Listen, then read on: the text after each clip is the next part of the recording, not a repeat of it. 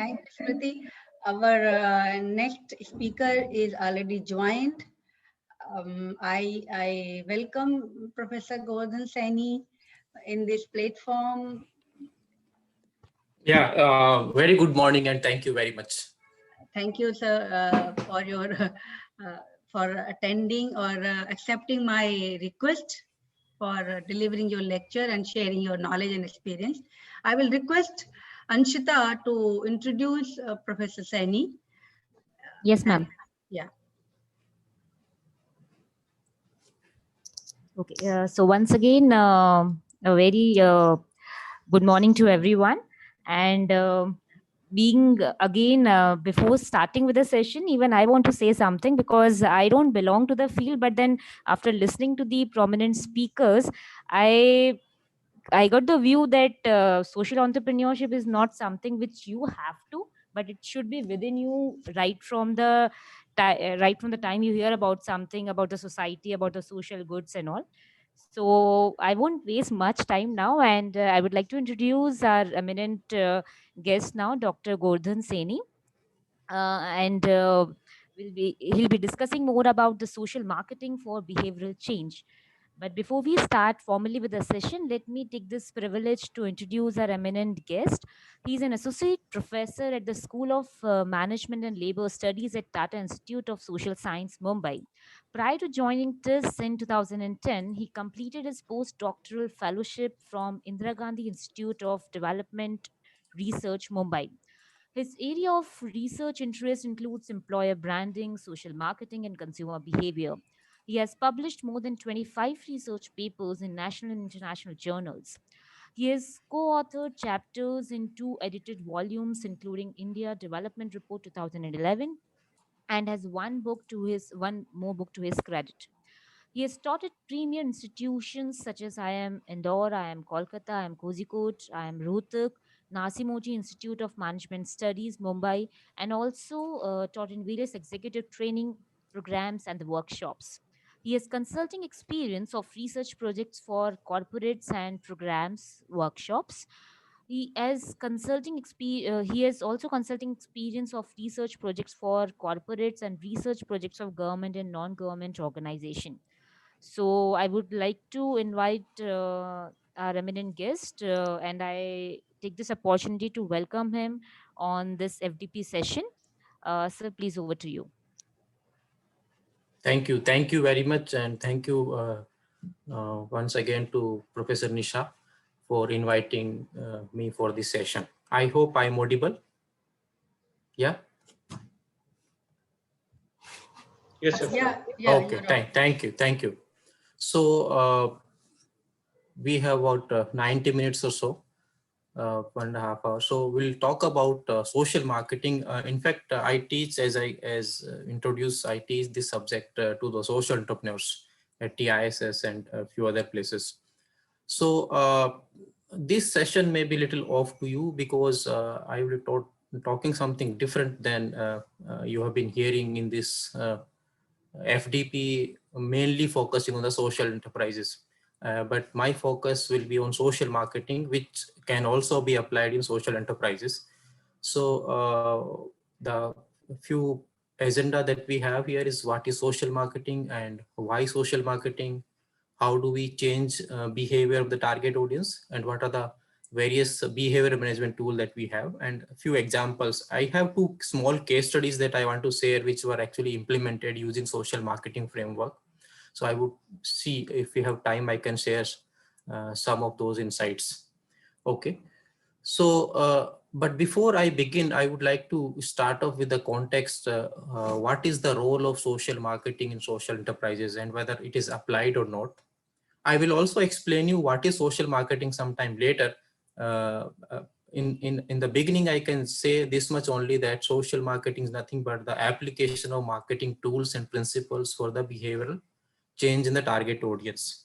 And social marketing can be applied by any agency, whether it's a social enterprise or government or corporate or any not-for-profit organization. So social marketing is a tool which can be used by any agency, and it can also be applied by social enterprises. Okay. But unfortunately, social marketing has not been widely used by social enterprises to a great extent. And one of the major reasons for that, social entrepreneurs lack knowledge about social marketing and its potential about social marketing. Okay. So therefore, you don't see a lot of literature on it, how social marketing can be used in social enterprises. So, but it has a lot of potential, and I will show you some of those examples. So social marketing will have a lot of scope and application in the enterprises which deal with behavioral change the target audience. And I will tell you what behavioral change I am referring to. Okay. So for utilizing social marketing, we need to focus on marketing fundamentals, marketing principles, including consumer research and marketing research, although that may be very unsystematic and very not so formalized as big corporates do. But what we call in social markets a formative research that we do for identifying target audience needs and expectations. So summary of this slide is that social marketing has not been used significantly by the social enterprises. And one of the major reasons in the literature is cited is lack of knowledge about this discipline. This is about 50 years old discipline. The first paper on social marketing was published in 1971 when Kotler and Jaltman wrote a paper in Journal of Marketing, which is a top journal of marketing. And then on, you can see the literature. However, social marketing was practiced in India even before social marketing was recognized as a discipline. And India is the pioneer in applying social marketing for family planning. Long ago, 60s and 70s, India has applied social marketing principles for family planning. And you may be aware there are agencies. There's one agency called DKT International, which was set up by Phil Harvey. And Phil Harvey is an American national person, but he was inspired by this what you call DK Tyagi. DK Tyagi, who is DK Tyagi? He used to work with the former Prime Minister of India, such as Shastri, Nehru, and initial period of Indira Gandhi, where he actually pioneered family planning in India in 60s and 70s. Okay, he died because of cancer at the age of 41. And you see the red triangle that you see in every family planning program in India was invented by DK Tyagi. And later on in his memory, the Phil Harvey named his social marketing organization as DKT International. So in fact, it was practiced long before, but formally the birth of social marketing is considered from 1971. So in today's session, I'm going to talk about, there are many stakeholders, there are many target audience that you social enterprises may deal with. And the focus of today's session will be on the target audience, not on donors, not on market, not on volunteers. We'll be focusing on the target audience. How do we influence target audience? And when we say target audience, in your language, in social enterprise language, you may say it as beneficiaries or whatever you may call it. In social marketing, we also call them as consumers, okay, or target audience. But you may have a different terminology in your social enterprise literature, social entrepreneurship literature. So we'll be focusing on largely on target audience. In fact, my colleague Dr. Archana and Professor Majumdar and I did a paper 4 years back, 4 or 5 years back, and documented. We did kind of ex post kind of analysis of 9 social enterprises, in fact, which are primarily what Dr. Archana did in her thesis. So we analyzed using social marketing framework and found out some insight how social marketing can be applied in social entrepreneurship. And this paper was published in the SMQ, which is a reputed journal of social marketing. So I don't want to take you through this entire thing, but only thing is many social enterprises or agencies may use social marketing principles, but they may not be aware about the theoretical literature of social marketing and what actually. So they may use it implicitly, not being aware about what whether it is social marketing or not. So it may be good to, so we also did this kind of paper based on our understanding how they have applied implicitly. So we have documented. So what were the social marketing objective? What are the behavioral objective? Okay. So as you can see in these 9 enterprises that we studied, we have documented behavioral objectives and social marketing objectives, although they call them something differently. Okay. So what I'm trying to tell you here is social marketing is largely used, either not used or used implicitly without knowing about it much. Okay. And based on this paper, we propose a small framework, simple framework, why the social enterprises emerge, what are the regions of emergence. That's what you call in social entrepreneurship, I guess, a need analysis or problem recognition, why social enterprises grow or emerge. Okay, the birth of social enterprises. So unavailability of the product, poor quality of the existing product, affordability issue, lack of awareness, accessibility issues. And we kind of give you examples of various social enterprises, as you can see, Vatsalya, Samman, and NH, all of those, Kathalaya. So you may be aware because you belong to this discipline. And what kind of social marketing solutions were used by these social enterprises, such as product or service at affordable price, or innovative product, or promotion, or distribution, or partnership. So what I'm trying to tell you here is with this small context that social marketing is not much used, and people lack enough understanding about it. But we can have some examples to understand how social marketing is applied implicitly in various contexts. Any question as of now? Now I will move to the social marketing, the core part of the session. Okay, so this initial was to set the context and relate how social marketing can be useful in social enterprises. So just to show some connection. Sir, can I ask one question, sir? Yes, please. Sir, you can explain with any of the examples, sir, how social marketing has helped these social enterprises in promoting their cause, sir. Yeah. So I have shared that this paper today morning. You can refer that paper, but I can take one example from these. And so, for example, you see the Samman Foundation, okay, which works with the rickshaw pullers, okay, and their objective is to encourage encourage cycle rickshaw pullers to earn sustainable livelihood. Okay, so they worked on providing solution. Okay, so you provide a solution. Unless you tell rickshaw puller, what is your target audience here? Target audience is rickshaw puller. Now you are telling them to do something. So, but you need to provide a solution. You need to communicate that solution. Okay, you need to convince the target audience to come and work with you.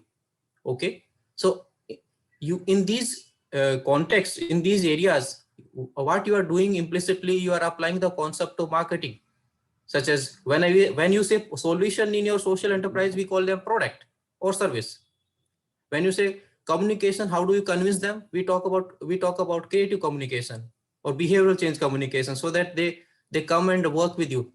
You change their behavior. As of now, they are doing what you call traditional way of doing things, okay, or whatever traditional rickshaw that you have, but you have some new solution, and you want them to come and join with you and follow that. So we call them as a behavioral change. How do you convince these people to come and work with you? So what I'm trying to tell you here is that you can take any of these, and we have given a detailed explanation of this in the paper. Okay, how they have used it. The point is this: you may be using different terminology. We are using a different terminology, marketing terminology, which is very much evident in this table. Okay, so as I said, creative products. Okay, so this will become more clear as we progress in the session. Is that clear? Yes, sir. Thank you.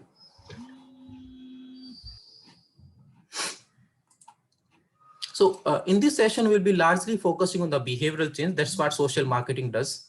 So long back, early scholar of the this disciplines talked about this quotation. This is also cited in the paper, the first paper of social marketing. Why can't you sell brotherhood like you sell soap? In fact, many of the marketing faculties were not happy what they were doing. And one of the person of that is Anderson, Alan Anderson, who was a faculty in one of the US universities, and he was quite upset what he's doing in the class. He was teaching his student to sell shampoos and car. Okay, and while his colleagues in other disciplines such as sociology, economics, they were concerned about Vietnam War, other political economic situation in the country, in the world. So he said, I don't want to do this marketing. I want to use this power of marketing for betterment of the society. So, and then on, he has contributed a lot, and he changed his discipline from pure marketing to the social marketing. So social marketing deals with what you call behavioral change in social sector. So a lot of marketing scholars have contributed in this field. I want to show you some data. Why social marketing? Okay. So in fact, this will make a little more clear to you for you to understand what I'm trying to tell you. So look at this data for the 10-year time period, 2004 to 2014. These are the deaths, okay, in this time period, and the change, as you can see, the percentage change in 2000 from 2004 to 2014. Unnatural death, 22.6%. That's a growth rate. Okay. On an average per day, 400 people die on Indian roads because of accidents. Okay. And in this population has grown at a rate of what, 14%, as you can see in the 14.6% in the same time period, while the unnatural deaths have grown by 22.6%.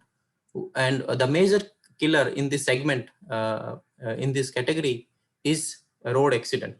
As you can see on the right hand side data, these are borrowed from various government reports and published secondary sources. So roughly 400 people died, roughly 1,60,000 people die per year in India. There are various reasons, and we are aware about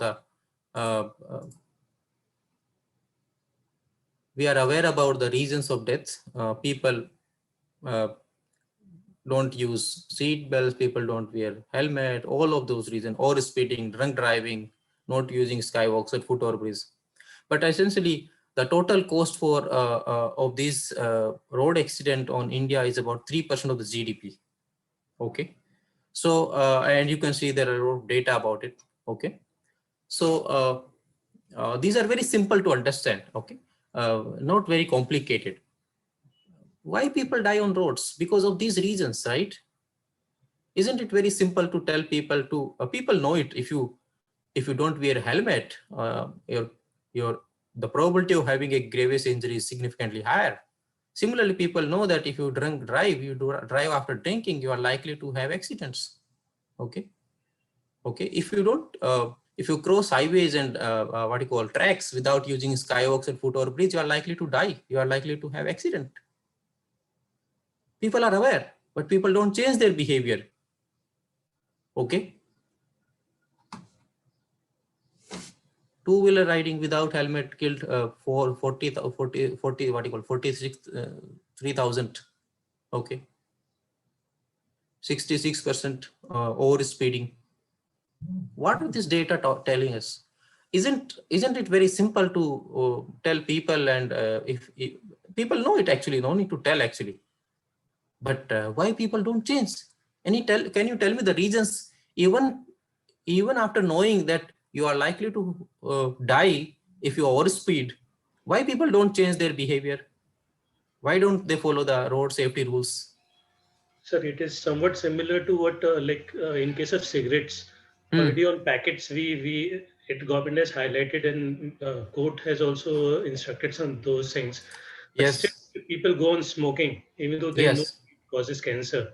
Yes. So, similarly, like, people are aware that these are the major causes, but still they are careless about their life actually.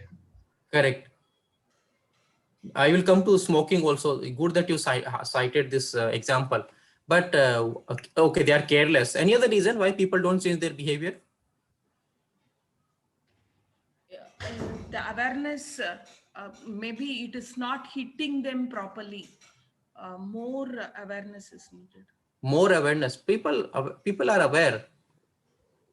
More awareness. No, Who the doesn't? implication, it's not as expected, like hard hitting, it is not Okay. reaching.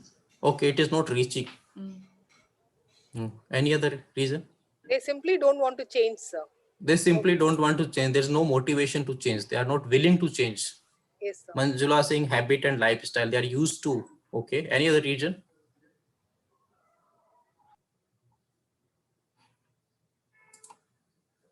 Okay, so I'll go with this couple of reasons. They are not willing to change. They are there's lack of awareness. Okay, they need more awareness, or they are careless. So these are the points mentioned by some of you. I think carrot and stick works. I think carrots and stick works. Okay, so we need law. Okay, there's law also. We have those fines, penalties, and taxes if you do not behave in the manner that government wants you to behave. So, but still, law doesn't seem to be successful actually, and you can see 75% of the two-wheeler users don't wear seat belt, leading to 15 deaths. Okay, more offenders, female driver 81%. Okay, let us take one example. Let us say not wearing, let us say helmet. Why people don't wear helmet? Any reason? So people feel ki it's a burden, or like they're not very comfortable in a helmet, even though it protects them, even though they know ki head injury is one of the major cause for death. Still, most of them, like the moment they see ki there is no traffic police or something, they can go get away with it, they remove the helmet. So it's cumbersome actually for them. It's okay, inconvenient or cumbersome, or they wear when they see the traffic cop and they don't wear once the traffic on. Even these days traffic cops are smart. Where they stand near to the exit point or near to this flyovers, jahan pe they can catch you hold. Okay, so they have become more smart. Protecting hairstyle. Professor Neetu is saying hairstyle. Baal kharab ho jate hain. This is interesting. In fact, some people say this response. Baal kharab ho jate hain logo. That's right. Yes. I want to add a similarity here. Just like people are uncomfortable in wearing masks. Right. In the okay. Uncomfortable. Yeah, that is also one of the reasons. Okay. And Professor Neetu is adding fashion is more important than safety. Okay, that may be also true. So there are various reasons, and these are obvious reasons we know because we see day in, day out. Okay. So as per the reports, as you can see, this is also a road safety study in 17, which was published. Weak legal enforcement, negative image perception. Okay, these are about seat belt actually. You may find similar reasons for helmet too. Okay, so there are two things here: reasons for not wearing, not using seat belt, and reasons for using seat belt. Okay, weak. What do you call? Wear seat belt because of legal enforcement. Okay, 77%. Okay, 64% said they have considered themselves safety device, and there are several other reasons. I don't want to go into the details of this, but the point I'm trying to take away from here, why people don't change, even if they know they are likely to be saved, has to understand it's mandatory. Okay, so Sucheta is saying it has to be mandatory. It's mandatory actually. You can be fined. Okay, so but actually law is also not successful. You can see here that even if it's mandatory and government has increased fine by manifold these days, but still people don't do that. Let us go to the second example.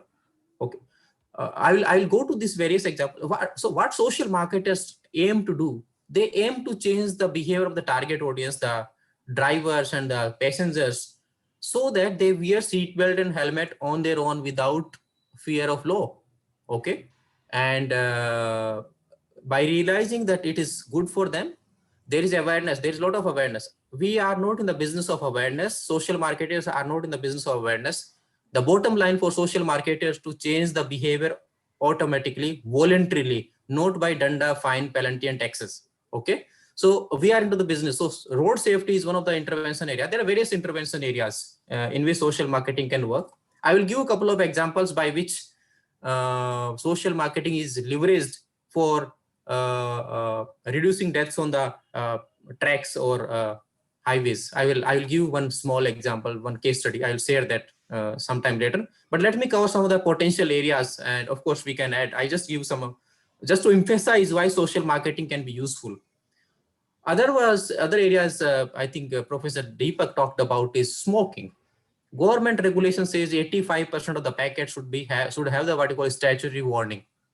Okay, so what government does? Government says all that tobacco causes cancer. They will show the person who is having cancer and kind of bring fear in the mind of the consumer and the purchaser of the cigarette or BDs, whatever. But that is being said, around 4,000 people die per day because of tobacco-related disease. Okay, and it has a significant cost on Indian GDP, as you can see. Okay, but even after showing 85%, government has banned what you call smoking and liquor advertisement. You can't do it very openly. Of course, companies do it surrogately. Okay, so they implicitly they do it. They sponsor some things and other things. So even after seeing this 85% of the statutory warning, people don't quit smoking. Okay, they know that everybody knows that probability of having cancer is significantly higher if you smoke. Then what they said, okay, take a, it's in the future, so people do not appreciate what is there down the line 5 or 10 years. So what they do, they tangibilize the amount of tar it would have in your lungs. Okay, so they bring it, as you can see the bottom picture, by they tangibilize by showing this kind of advertisement. But still people don't change. Okay, even after seeing the tar, then they bring in what you call Mukesh and his family. Okay, and खुद का नहीं तो बच्चों का, family का फिक्र करो. Okay, think about your family. Okay, we are trying to do many things, but still people don't change. They continue to smoke, and they know they are going to die, or they're not going to die. The probability of having cancer is significantly higher. That is a scientifically proven thing. So we are not debating about this. Of course, there are exceptions to it, but those are things we can avoid for the timing. So people don't change, people don't quit. Why? We don't know. We need to find reasons why, and then work on that. Another area, long back India started sanitation campaign, and 10 years ago the tone of the sanitation campaign was totally different than now what it is. Earlier, the focus of the sanitation campaign was on what you call health benefit, diarrhea, or health disease. Okay, the disease. Okay, so if you do not what you call if you openly defecate, you'll have diarrhea and other things. But then it was not so successful actually. So long back actually, then in the last 7-8 years, the tone of the campaign has changed after this two ladies ran away from their house, Priyanka Bharti and Anita Rai, and they did not return back to their house unless their in-laws constructed a toilet. An entire village took this as a status and image issue and constructed a toilet in the entire village. Now people know that they should not be doing open defecation, okay, but still do. So the point here is there's no toilet, there are no latrines. But now that's not the problem, okay? The problem is different. Problem is this: even if there are toilets, people don't use it. Government has considered more number of toilets in the last 7 years than what it was constructed in the last 40 years. 7 crore toilets are constructed. Now, why people don't use toilets? Any reason? Even if they exist, we need all what your toilet as a prem khatha to change people. Still, people don't change. You can see at the bottom there's a data that okay, dearth of mental exercise. Can you tell me why people don't use in the villages or other regions elsewhere? Even if the solution exists, next major challenge is the behavioral change. How do we make people to go and sit inside the toilets?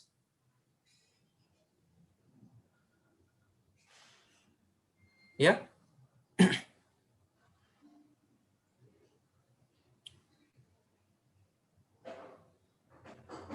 Any response? Why people don't use toilets even if they exist? You can see bottom. Yeah, please. Sir, it becomes an habit for most of them actually. The people in the rural area, they have been going out for defecation. So it became an habit. So even though there is a toilet available nearby, they still didn't use it. So nowadays slowly it is changing because habit takes time to change. Yeah, one is habit. Other reason? Any other reason? Toilets are very unhygienic and dirty to get into. Okay, unhygienic and dirty. Okay, Yeah, they are not. Inside is not well maintained. They are not well maintained. There's no proper hygiene. Shortcut to life. Okay.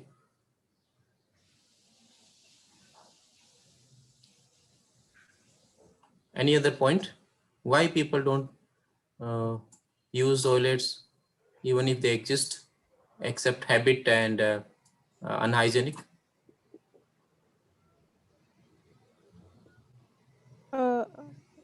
Can I say something? Yes, please.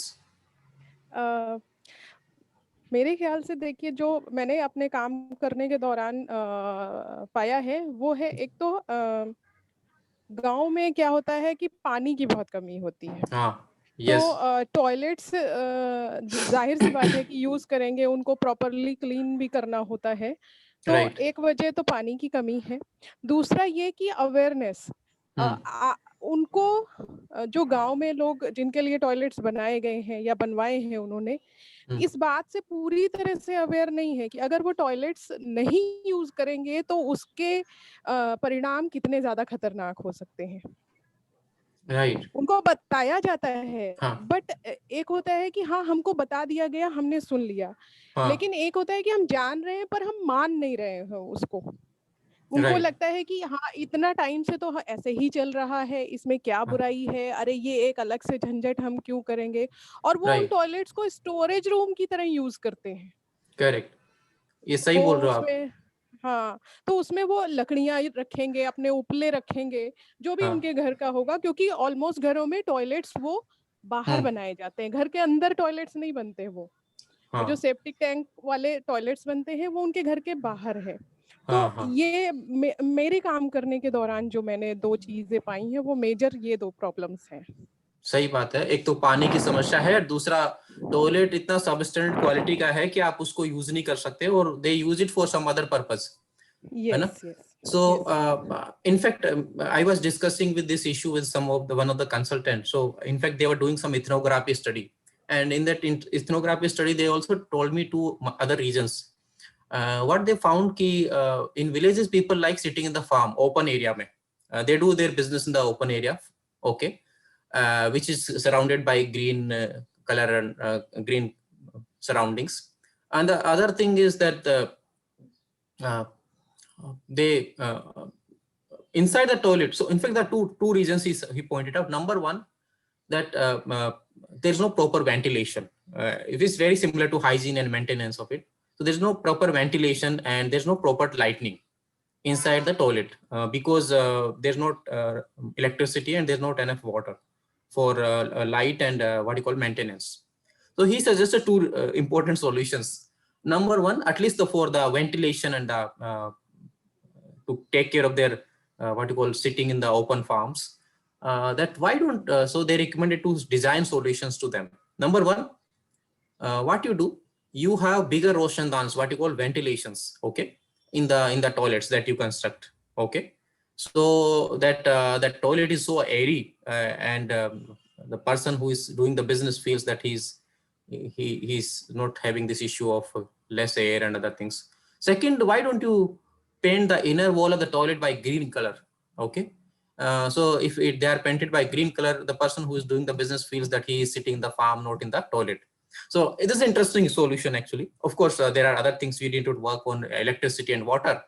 But the point here is either toilets are not usable, or because subsidy is not adequate to construct good quality toilet, or they are used to, or they do not realize the benefit of it, although they are aware about it.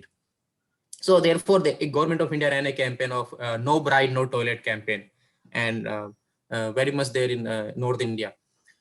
So you can see now government is trying to do various other things to make people use toilet actually. So there is something known as what you call toilet beauty contest, where the there's the person gets some money for this, and he has to click a selfie with the toilet. As you can see, the left hand side of the in the UP's Bareilly district, in which to encourage. How to make use the toilets? Now, government had declared India ODF, open defecation free, on 2nd October 2019.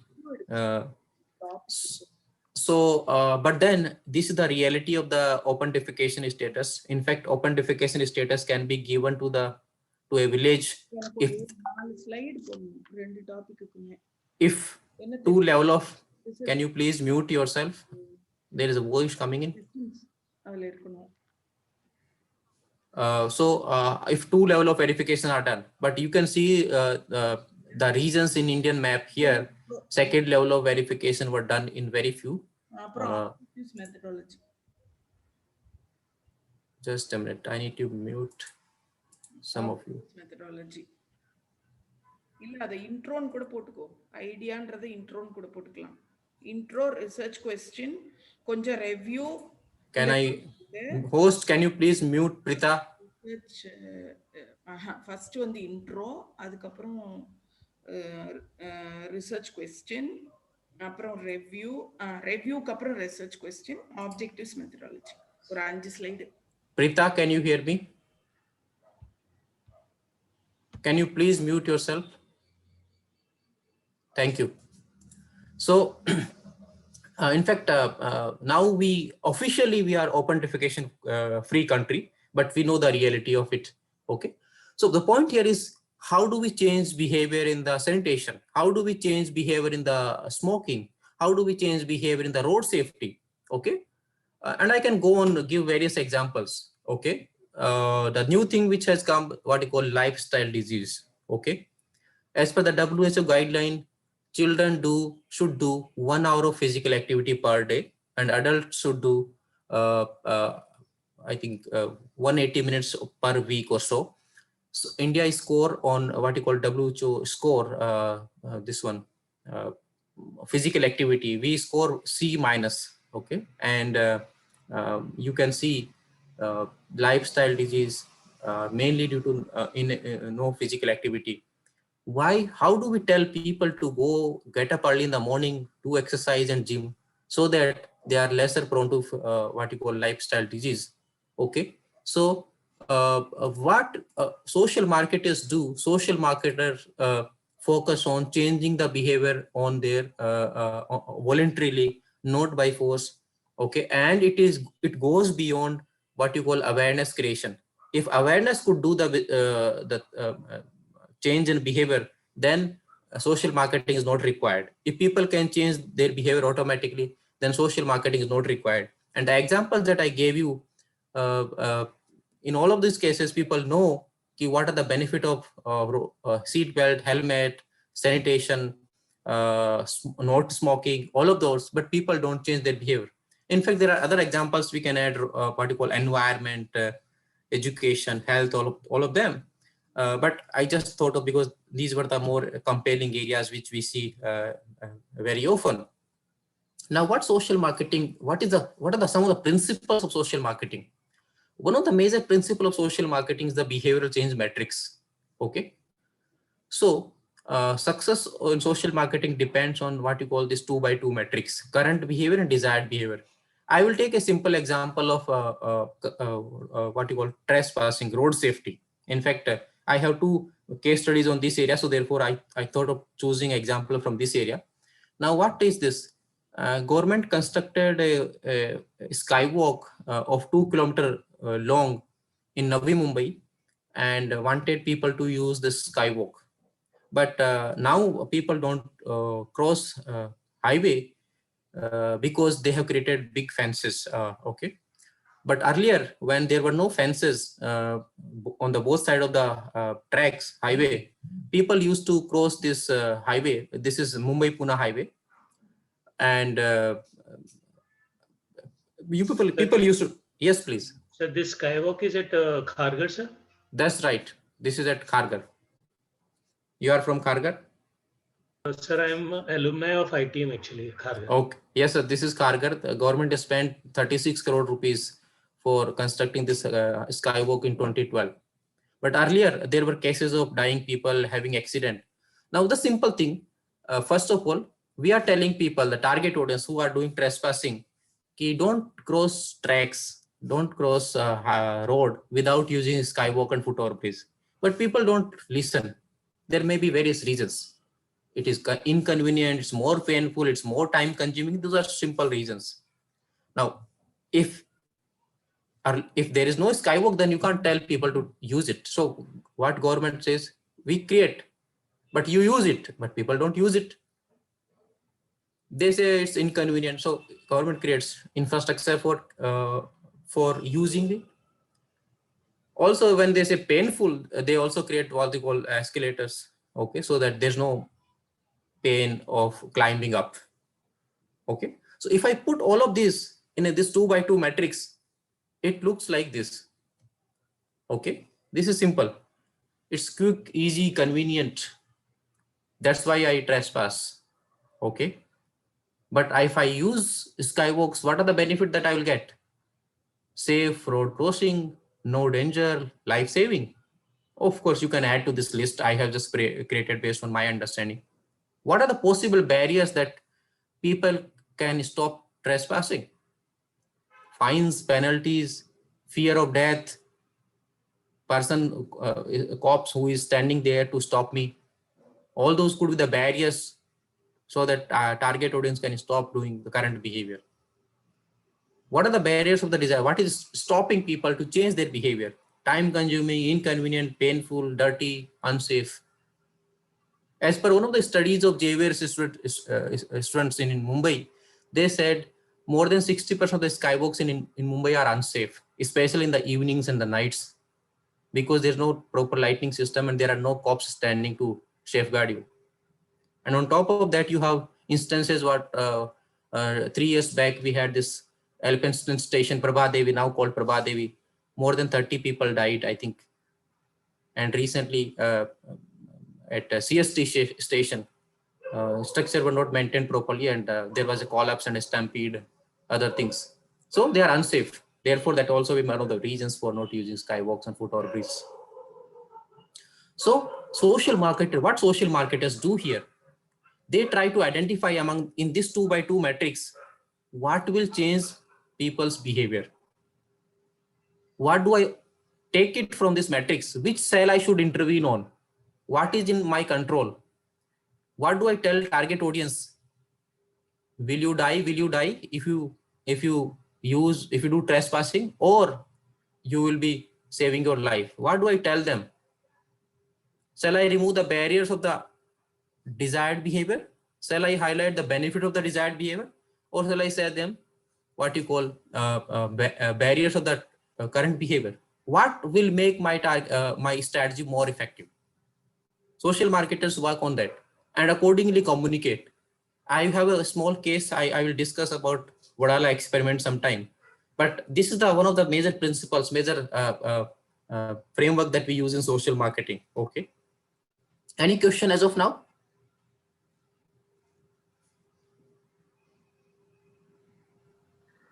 No, sir. Okay, all these are wonderful case studies, sir. Thank you. I don't want to go in the definition, but I'll just touch upon it because this is something new to you.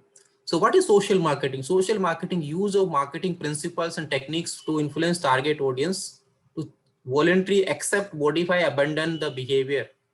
Okay. It can be applied at individual level, group level, or society level. Okay.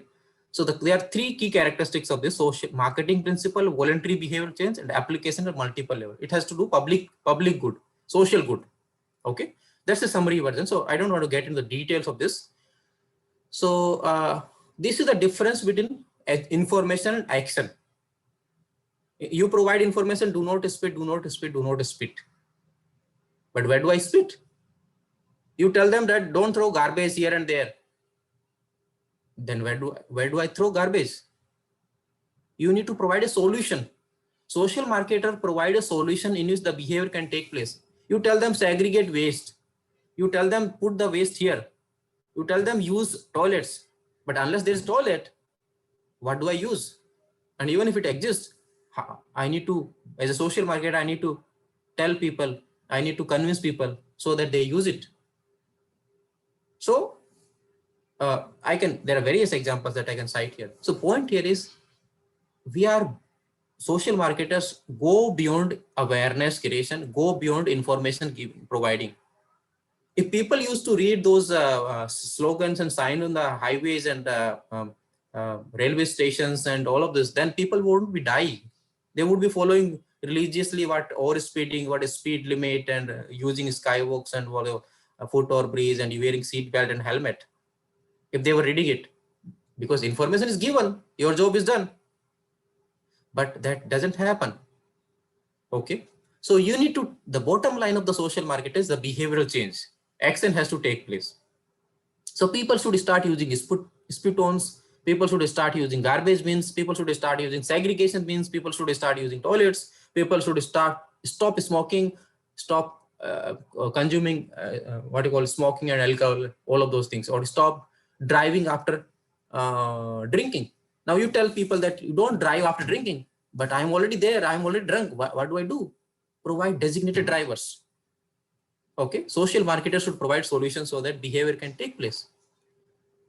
I will skip this also, and I will directly go to one more. I will for a conceptual clarity. I think this slide is important actually. What is not social marketing, and we often confuse. Okay. So therefore, I want to ask from you, and then I will answer these. What is not for profit marketing? Sir, please. Social marketing is different from social media marketing, right, sir? Yes. Social media marketing is totally different, which is talking about application of social media tools for marketing purpose. Correct. So when you Google, you may be confused, because sometimes when you click Google social marketing, you may get various links for social media marketing. Right, sir. Because there were a few queries like search engine optimization and those things. Yeah, so that is different. Social media marketing is different than social marketing. Which social media talks about social media tools, while social marketing is about social good, public good. Now I want to ask to the participant, can you please briefly tell me one by one, what do you understand by these 5 terms? And then I will answer how these are different from the social marketing. This is important from the conceptual clarity point of view. What is not for profit marketing?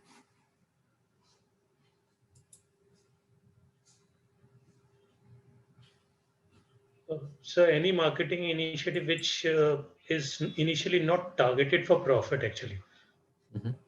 It's only not for profit. So all those activities, otherwise what happens is, like in marketing, sometimes it's induce sales.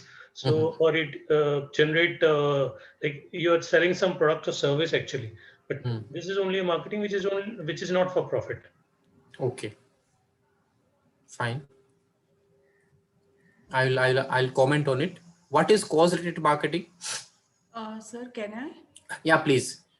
Sir, cost-related marketing is essentially a marketing tool used by corporates, projecting that they are doing good for the society, thereby motivating the potential customers to buy their products or service. And I have read somewhere in a book by I think on doing good, that BlackBerry, they do this cost-based marketing whereby they sell the the waste from their coffee, this thing, for it is used as manure, and so it is contributing to the environment, and thereby customers should buy it. That part is projected. Okay. Okay. Thank you. I will comment on it.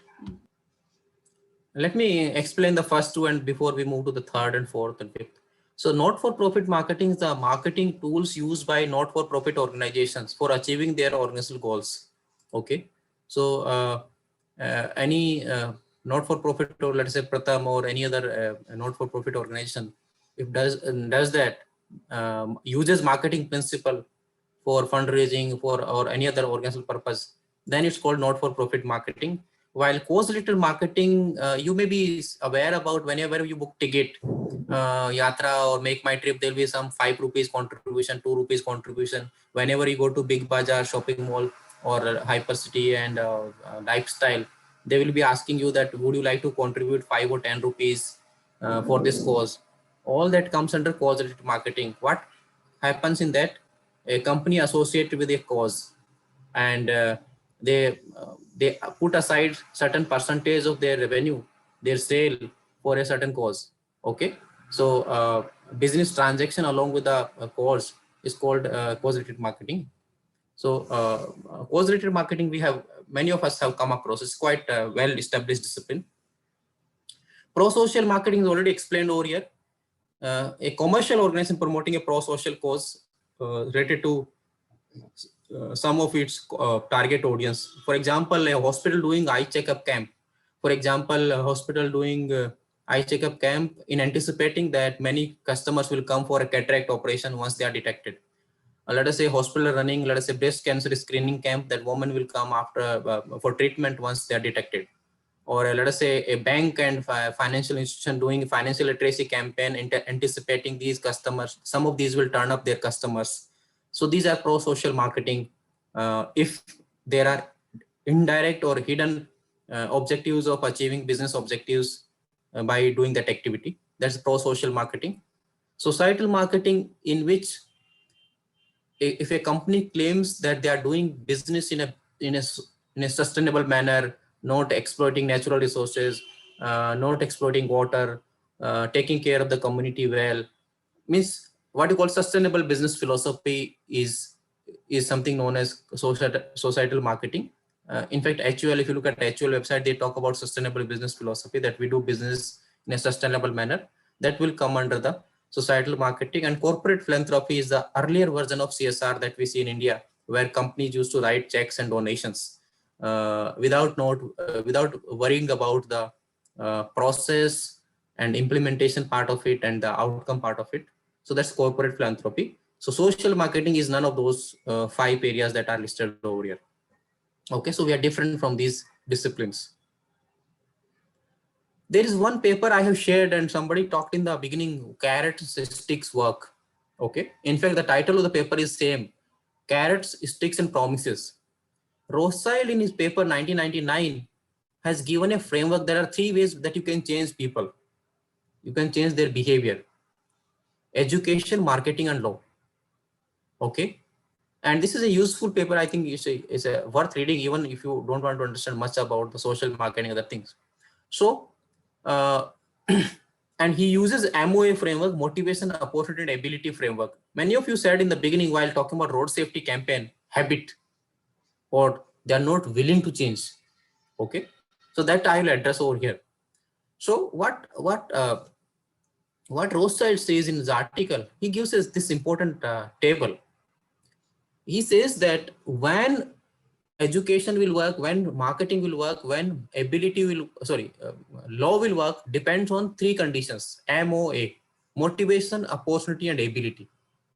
When all 3 conditions exist, education will do its job, or awareness will do its job. So when we say education, it translates to the awareness. Once you are educated, okay, you are aware. Okay, so for a education to work, you need to have motivation in the target audience. There has to be opportunity. When I say opportunity, what I mean is the product and services are available so that consumer can consume.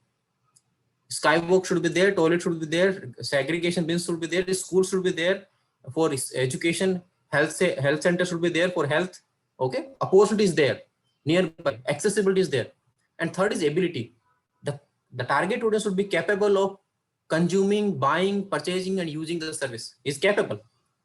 Okay, if all 3 conditions exist, education will work. As you can see, the cell number 1, prone to behave, and they will behave. However, if opportunity doesn't exist, okay, which is the cell number 2, people are unable to behave, although they are willing to change their behavior, they are motivated. okay, but there are no solutions, okay, and they are also able. So social marketing, so here I'm using terms marketing and social marketing synonymously. So social marketing provides opportunity in which the behavior can take place. Okay, let us say there are no open spaces for doing physical activity. Social marketers should work towards having physical activity spaces for that solution. Let us, in fact, on the physical activity, there's a useful case written on physical activity in the obesity and overweight in Canada. More than 90% of their population had what you call overweight and obesity, and they had to relax the physical requirement for hiring in Navy and Army, because most people not fit. Okay, so physical activity. Now, if you see in various cities, government has constructed open gyms in the parks. Okay, what they're trying to do? They are trying to tell people come out and do physical activities. Okay, for example, I was giving this example of designated drivers. Okay, you are saying don't drive after driving.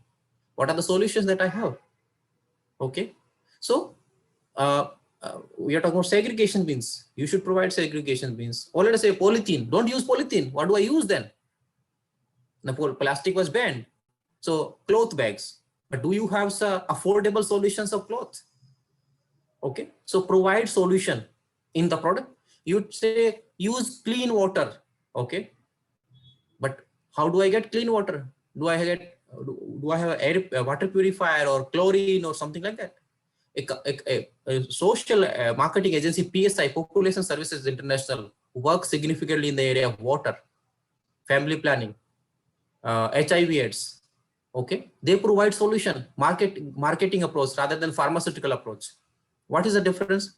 They focus on marketing principles, making products accessible using 4 P's of marketing. Pharmaceutical approach, drug discovery, providing drug as per the traditional way of doing things.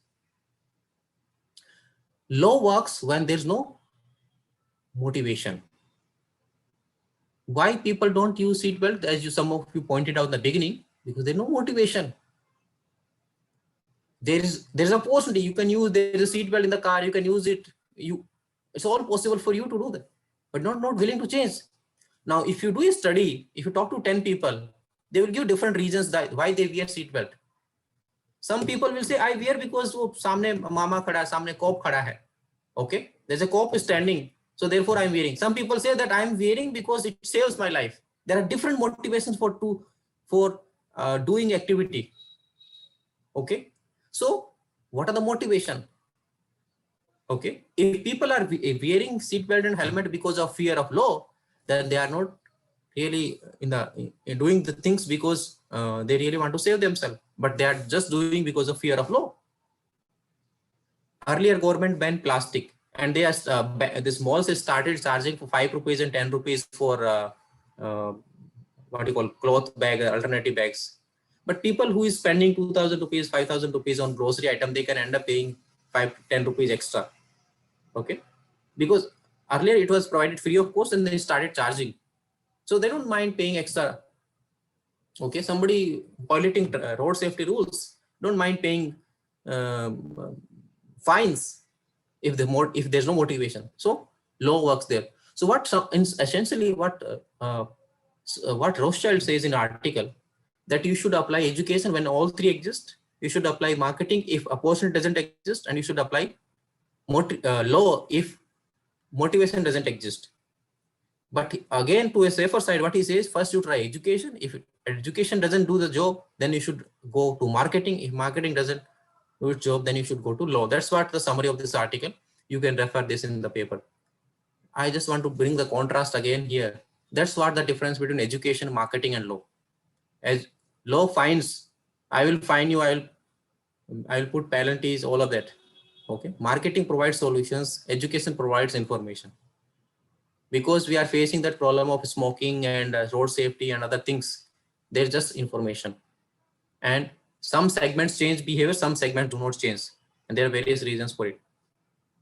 Any questions so far?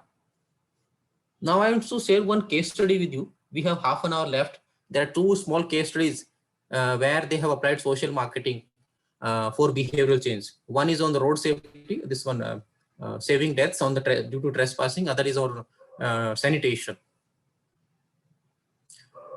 Okay. And then if there's a time, I'll share some of the other examples of social marketing, and you can keep me interrupting. So in fact, can I ask question? Yes, please. Yeah. I'm Akanksha, research scholar from Banaras Hill University. What's your take on the impact of social marketing campaigns? Like, say if you are giving the example of water, that safe drinking water. So many places we can see that social marketing hoti hai, and there are like just like toilets, the machines are there. So drinking water machines are there. But after some time, due to the ill maintenance, the machines are not working. So वो कहीं ना कहीं impact करता होगा on the social marketing kind of results. So उसमें आपका क्या take है कि what can be the solutions, possible solutions to those practical problems? See, we have this framework of kind of stages of change model, okay, in social marketing. Stages of change model deals with when social marketing support should be withdrawn, okay. So I understand what you are saying is that there are issues about maintenance and ownership of the asset that is provided by the social marketer. Now, how do we deal with that?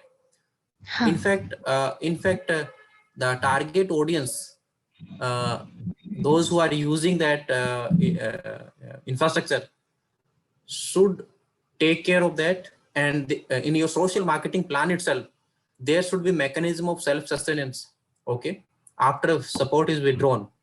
And so your implementation should be so integrative and so holistic that it doesn't talk about implementation, it also talks about post implementation. Who will be responsible for maintenance, who will be responsible for hygiene. Definitely. So that mechanism should be there, okay. And in fact, I can give one example. In there is a institute, there is an agency called Play Pumps International. Play Pumps International work on the water solution in Africa, and in fact they have come out with a very useful solution. If you Google, you'll find Play Pumps International, a small video about it. What they have done, they have installed play pumps. What play pump does, they are installed in the schools where there's no entertainment solution for the kids. So when kids play, water pumps, because there's a merry-go attached to that what you call pump. When they play on this pump, the water pumps, and community uses that. And they have actually put commercial advertisement, and they have hired local people. Through revenue generated through advertisement are used for giving salary to the local people who are responsible for maintenance and other things. So there are solutions. We can think about solutions. We have to be innovative, and we have to be novel in our approach. Okay. In fact, Maruti in India has this Maruti water ATM solution. What water ATM does, actually, they hire local people. They do not provide water free. Of course, they provide water at an extremely low rate. Okay, 6 rupees for a can of, I think, 13 or 15 liter or so. I don't know exact figure, but it's self-sustainable because the ownership is from the community, and a person who is locally hired is responsible for maintenance. So that's possible. Okay, so you can look at these two examples which are considered to be successful: Maruti Water ATM project and Play Pumps International. Okay, thank you, sir. Thank you. Thank you. Any other question by any other participant? Okay. So this was a real experiment which was done on Mumbai tracks, railway tracks in Wadala. Wadala is a kind of junction, or you can say, where Western Line, Harbour Line, and Central Line connect. Those who are from this part, they would know. And in fact, there is a consulting firm, Final Mile Consultant, and founded by Mr. Biju Dominic, and he is a good friend of mine. So he was sharing this insight. And this was a kind of award-winning case study. And if you Google, you'll Google Wadala experiment, you'll find these details about this. they use something interesting, what you call cognitive neuroscience and behavioral economics for changing the behavior. So based on his insight, he was saying that railways did many things to stop trespassing deaths on the tracks, but they were not so successful. Okay, and so the railways asked them to do and help them. Can something be done to reduce trespassing deaths on the Vadala station? And it was successful that it was implemented in other parts of the country on other lines actually. So you see the data and statistics about the Mumbai track, Mumbai local, you know, is the largest, highest dense kind of commute, and 8 million passengers and 2,600 train services per day, highest density in the world. You see a lot of people live in slums, and there are more than 1,000 illegal trespassing points across the city. And if there are skywalks and foot bridge, people don't use them. The reality is that more than 10 to 15 people die per day in the normal course of life, pre-COVID scenario kind of thing. So you can see 29,000 people died, okay, between 2006 to 2007 in about 10-year time period. So these are some of the data and statistics available. Now these are the kind of trespassing points. These are adjacent to the slums, and there are designated trespassing points which people use for crossing the tracks rather than using skywalks and foot bridge. Okay. What is the traditional approach? You tell them you will find 1,000 rupees. Okay, don't cross the tracks. All of that you tell them what is more precious, your time or your life. Cost of trespassing is more than. So you give them this Anmol hai jaan, yahan rahe, hamesha sabdhan, all kind of slogans and symbols, messaging that you give, but people don't understand this, okay, or they ignore it. Okay, they're so habitual of using. Okay, so this is what we call as a traditional approach. Don't pass, okay, danger, all of that. So that was not successful. So what they did research, and Biju was telling that he knows more about this central line track from CST to Kalyan than the railway officers. He did an ethnographic study along with his team. And several literature that reviewed to solve this problem. So through ethnographic study, they found that more trespassing deaths are away from the station. There was earlier belief that deaths happen on the stations, but no, there are designated trespassing points and they are away from the stations. 85% those who die were male, and lone trespasser is more vulnerable. Because if you go in groups, so there's a herd behavior, because they are also going, I can also go. Okay, they'll be saved, I will also be saved, like that. Okay, so always there's a kind of higher vulnerability to the alone passenger.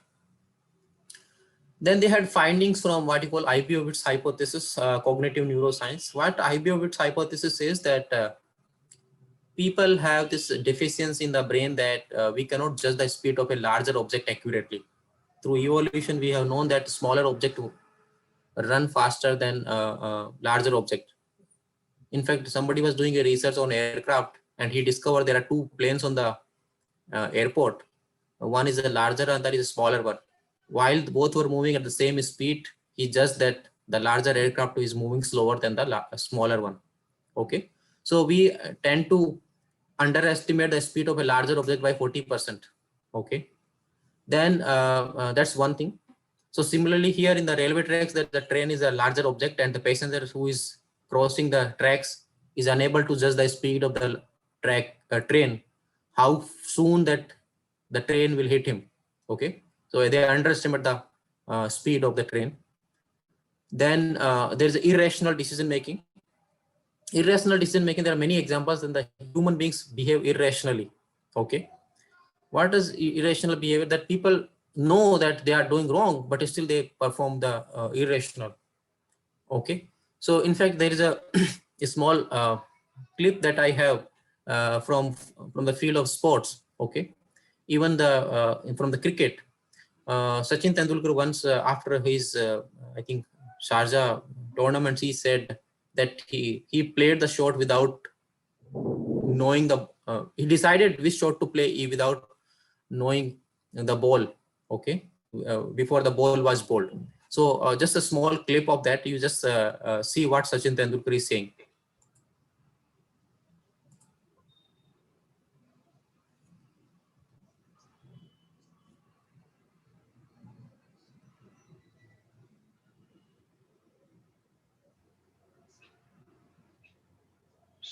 Sir, audio is not there, sir.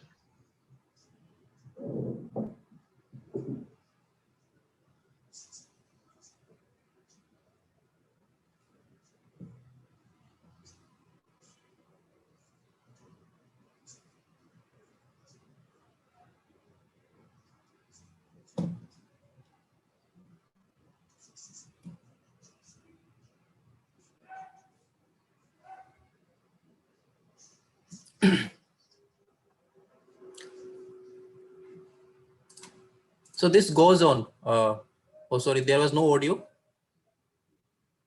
Oh, just a minute. I think you will see it now. You can hear it now.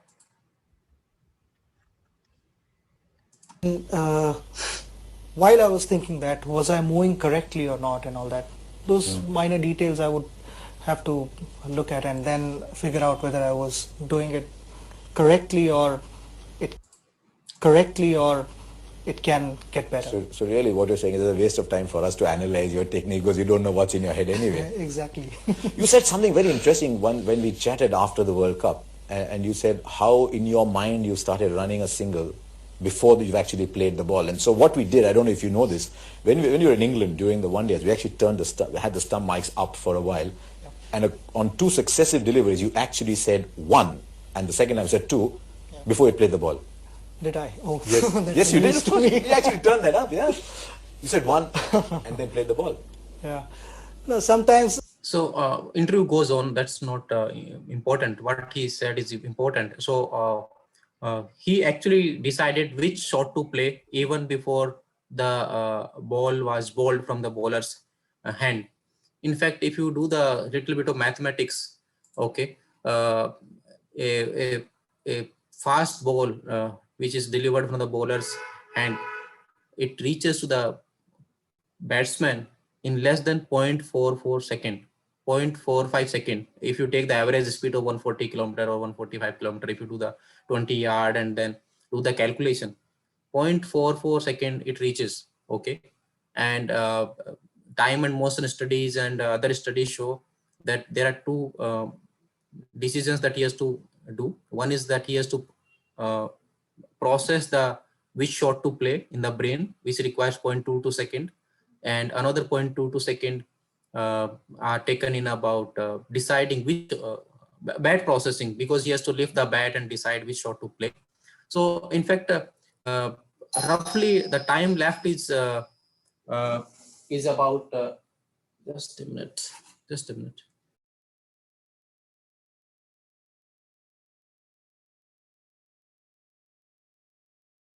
Sorry.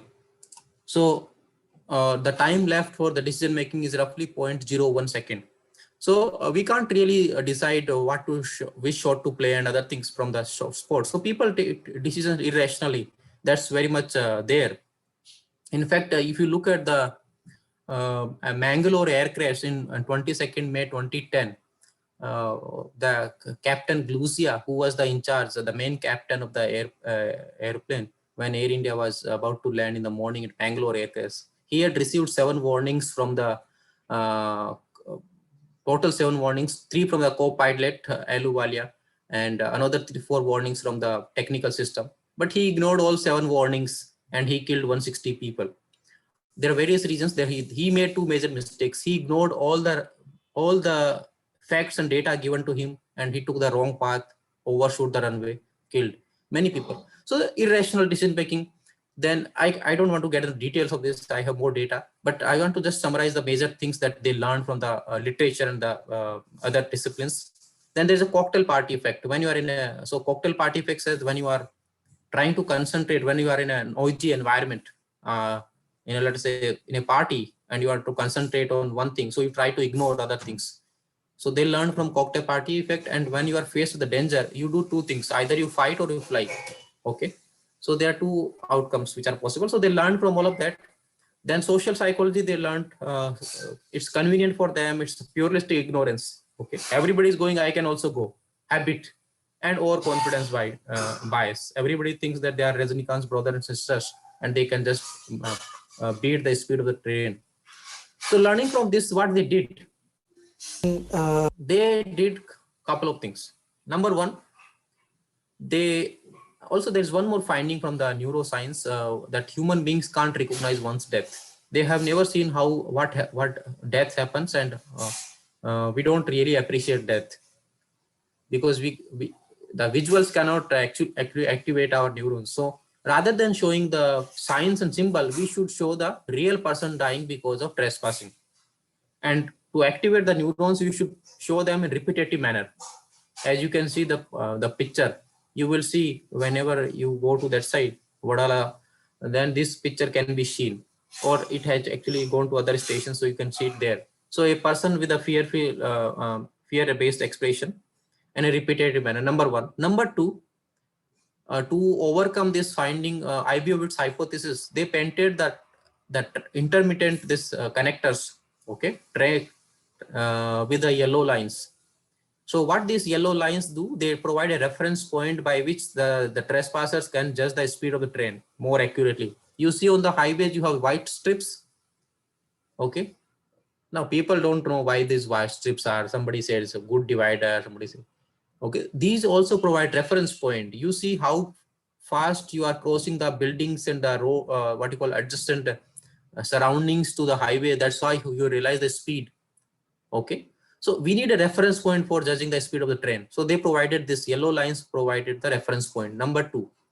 Number three, they installed W's 7 seconds away from the station. Okay. Sorry, not station, from the trespassing point. What these W's do, they provide they instructed the motormen that you do whistling at this point in time, when the train reaches this place. Okay. To overcome this, what you call cocktail party effect. And they suggested do repeated honking, not one-time honking.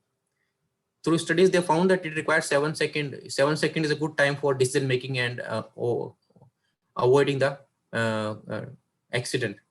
So they installed this W's and instructed motormen. This is what happened once this was done in 2010.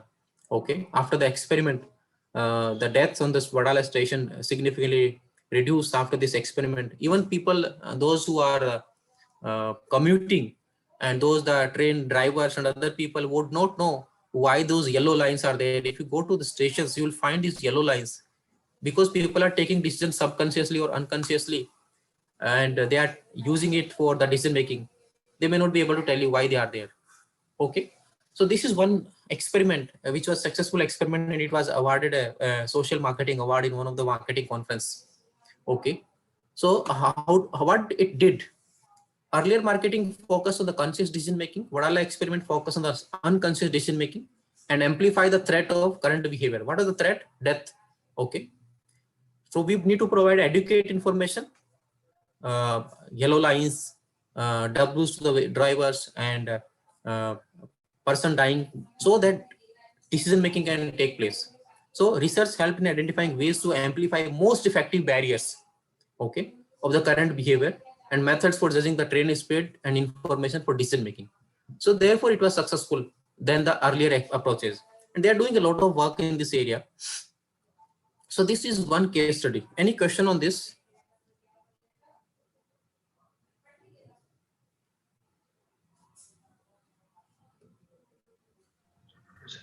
This was a very scientific case study, and in fact, they have applied all the things in really well, and that's why they have achieved the desired results. Actually, correct.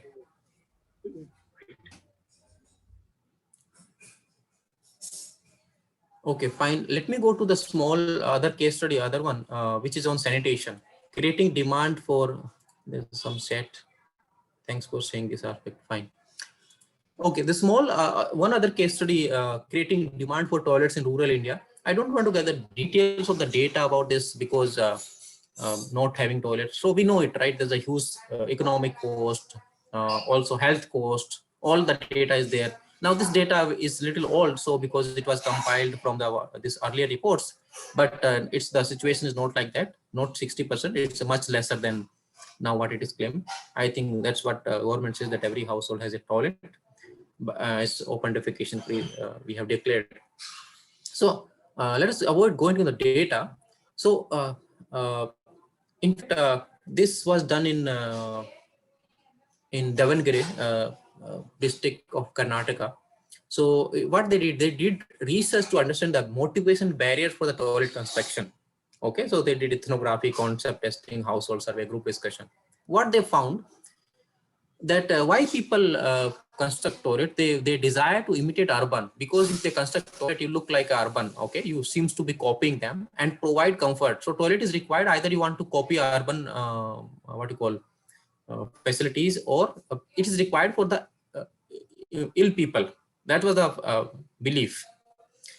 What are the reasons that went for construction? Because of lack of green cover or lack of open spaces. Okay, and it was difficult for people to walk to larger distances, to faraway places. So what are the problems they identified? Inconvenience of going to the far off places. There was a fear of getting spotted, and shame and humiliation. Okay, problem existed, but it was not translating the want was not translating the demand. What are the reasons for it? Reasons for that, 3 reasons. Women want,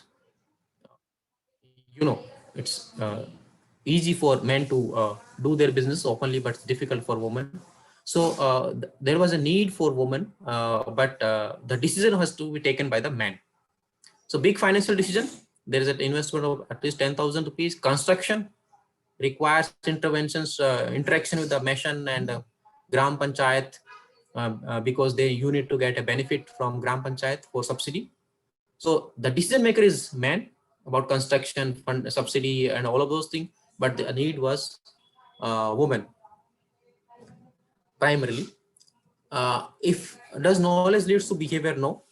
Knowledge is not sufficient, as I talked about. No one cited health reasons for constructing toilet at home. That's interesting. Earlier programs, 10 years ago, if you look at the sanitation campaign, focus on the health reasons. Okay, diarrhea and other things. Okay, but that is not the reason people cited. So what they did, they amplify the motivator. They talked about responsible father, consistent with what you call culture and society, not loving husband. They had poster and pamphlet, testimonials, other things. But a specific thing they did is they addressed the barriers. Number one, people were not aware,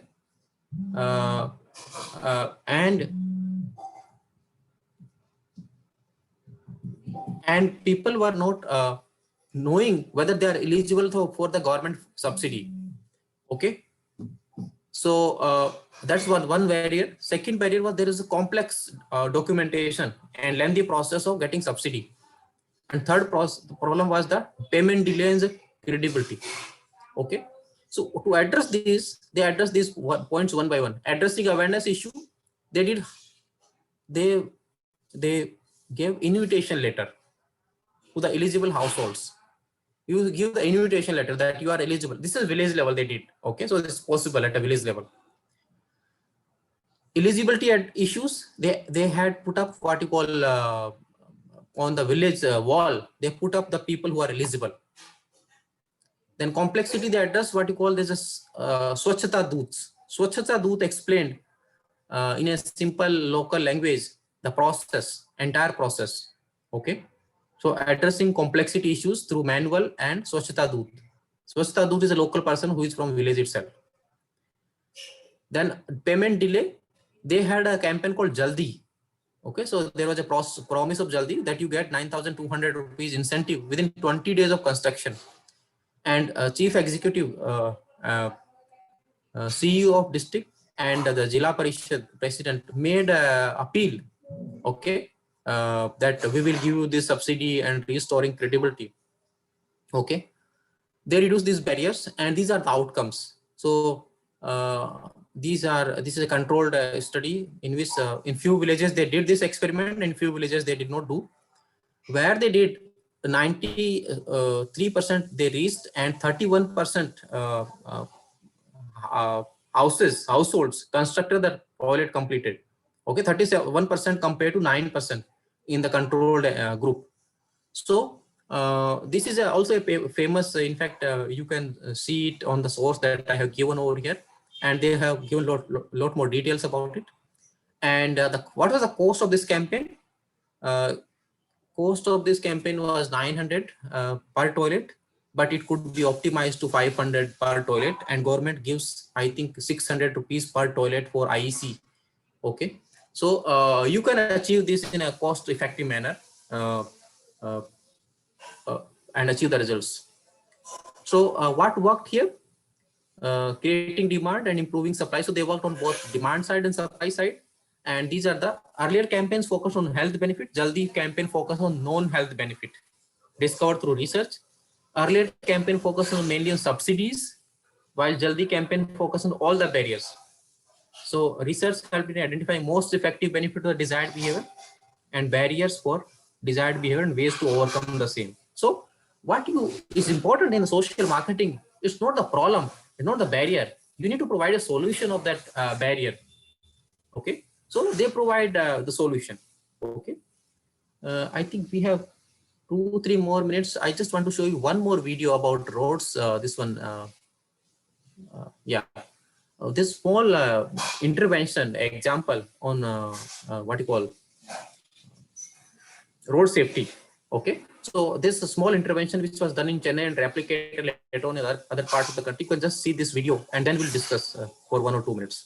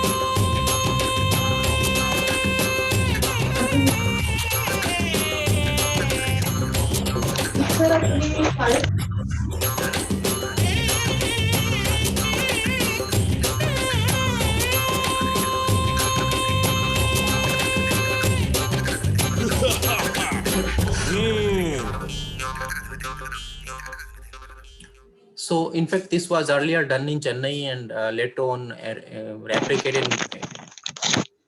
in Bangalore, Mumbai, and other parts of the country, showing fear of Yamraj if you avoided the road safety. In this case, they did it for drunk driving and provided designated drivers rather than.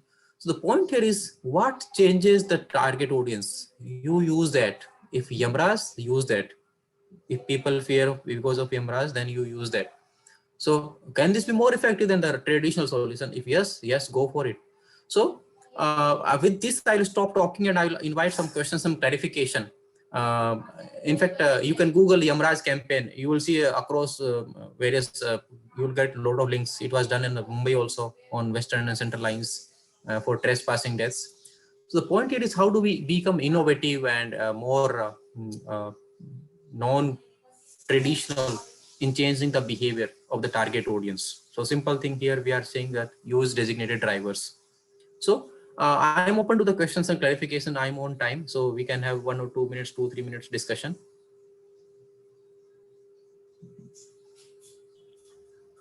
So you feel social marketing is more beneficial for social enterprises, startups?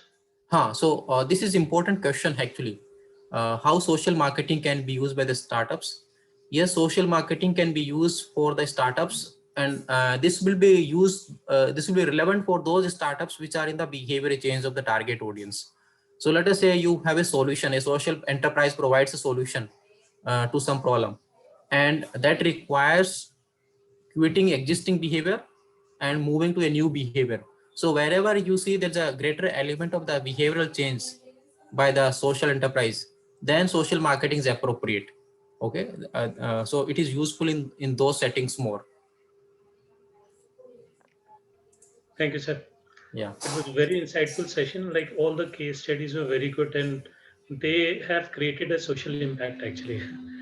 Yeah. Good In afternoon, fact, sir. yeah, please. This is Professor Smriti Khanna. I've been teaching marketing, the commercial marketing for last 14 years.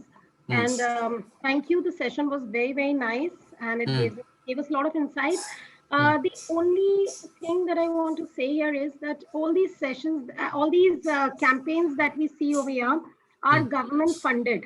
And there are big campaigns with a lot of money involved. Correct. When it comes to social marketing, what happens is that the firms are small, the budgets are limited. So going big on campaigning like this is probably, I feel it is not the path that social marketers or entrepreneurs would like to take. So what is your take on this? I mean, how should they go about it with limited budgets in their hands? Yeah, I appreciate your point, and you are right in what you are saying, that we are resource constrained in the initial stage startups. So it is not true that, of course, examples that I gave were a kind of more mass kind of thing, and although they did not invite a lot of investment, such campaigns, but what is possible? So there are various cost-effective methods which social entrepreneurs can use. Okay, such as social media. You need to be more creative in your approach rather than the funding, I think. More than funding, what is required is creative. You can use social media, you can use innovative creatives, okay, virals. Those things are possible, okay. And in fact, I have other examples which I can share because there's no time, where there was no significant investment is required. You can do those creative on your own and use it. Only thing is how novel and innovative you are in communicating your message. That's important. Okay, rather than focusing on the what you call expensive media or celebrities. So that's not really needed. So what you're saying actually makes sense, because but there's again don't mind me saying this, but I was just thinking about this. Aapka pura lecture maine bahut dhyan se suna, and I was just thinking about all this, that when we're talking about going on social medias and stuff, generally the social entrepreneur ventures that we see or we come across are for the lower strata of the society, which still do not have access to social media. So yes, definitely some of them do have, and it has increased in last 1 year after COVID. People have started coming on net, and that is happening. So that is a good thing. We can definitely go on social media, but still there are marketing point of view, say, because I teach this. So I understand that marketing point of view, say, it's still very, very tight spot for social entrepreneurs. Just because of funding and stuff. I understand what you're saying. So this is social media is not only one platform. You can use other platform, cheaper platform. Even you can do the simple. See, let us say you do hoardings and small billboards, and through how do you communicate to your target audience? So messaging is important. The platform can be anything. So which you use traditionally also, which is relevant for the target audience, whether you can do simple street plays, nukkad natak, all those things which are cheaper method. The point here is you need to be innovative in your communication rather than hiring a expensive media. That's what my take is. I know for the slums, for the people who are less literate, those who are not having mobile phone, those who are not having connection, social media is not will not work. So for them, you identify a more what you call cheap method or affordable method, which is accessible to them. So thank you, sir. Thank you for your response. Thank you, sir. Thank you, Professor Saini, for even I was not aware about all this. What is W and what is the railway track? Why this yellow lines? So I think you have given a new perspective of understanding the social system, social behavior, and advertising. And I hope that all the participants must have taken this a new perspective, or rather I would say a new area of knowledge.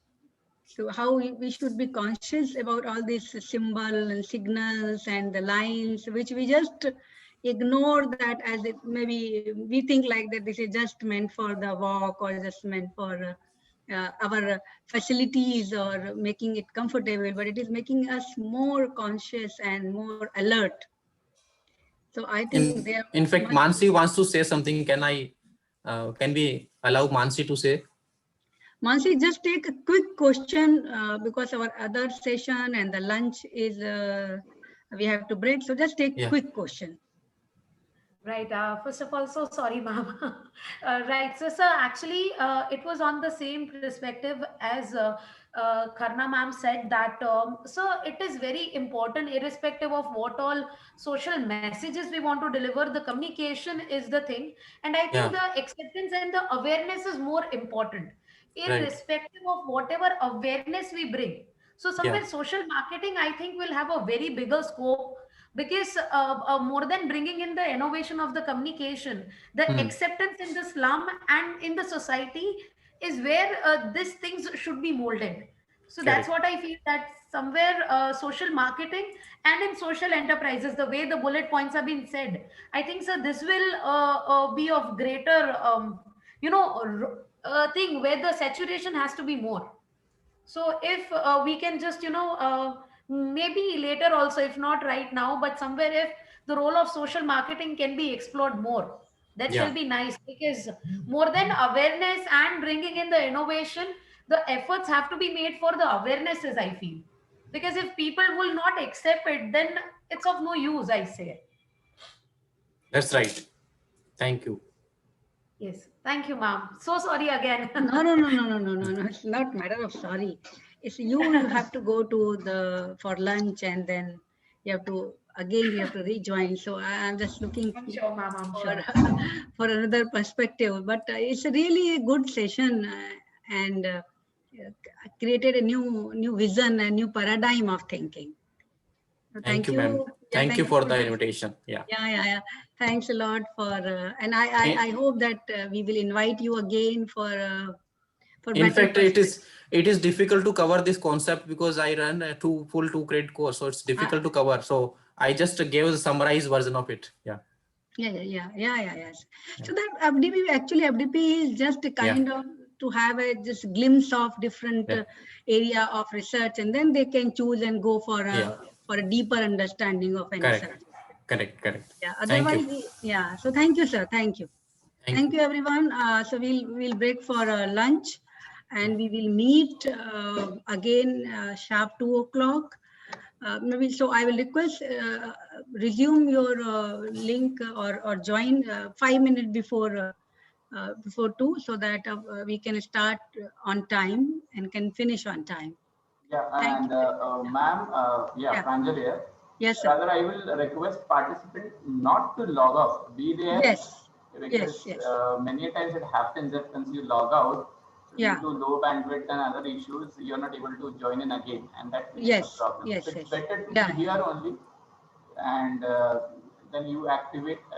Be active in the session 2 o'clock. At 2 o'clock. Fine. Okay. So we will meet. Yeah. So do not log off. Before starting the session, I would like to give a disclaimer. You must have seen the disclaimer in the beginning of television serials